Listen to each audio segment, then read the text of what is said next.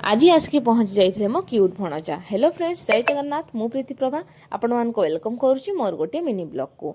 खराबेलार रोसई सरला लग जाइए टिके मसला कुटाकुटी एतिक भितर मो भणजा आसिक पहुँची जाइए। से बहुत क्यूट, मुझे बहुत गेल करे, बाकी से मो पाखक जमा भी आसती। आज केमती आसुँच सी ही जानी थे। ये जो पणस मु धरनी सांग मैंने बाहुबली भाया आउ ये जो आंब ये हूँ सब आम बाड़ी गछर माने मो शाशुघर बाड़ीर फल।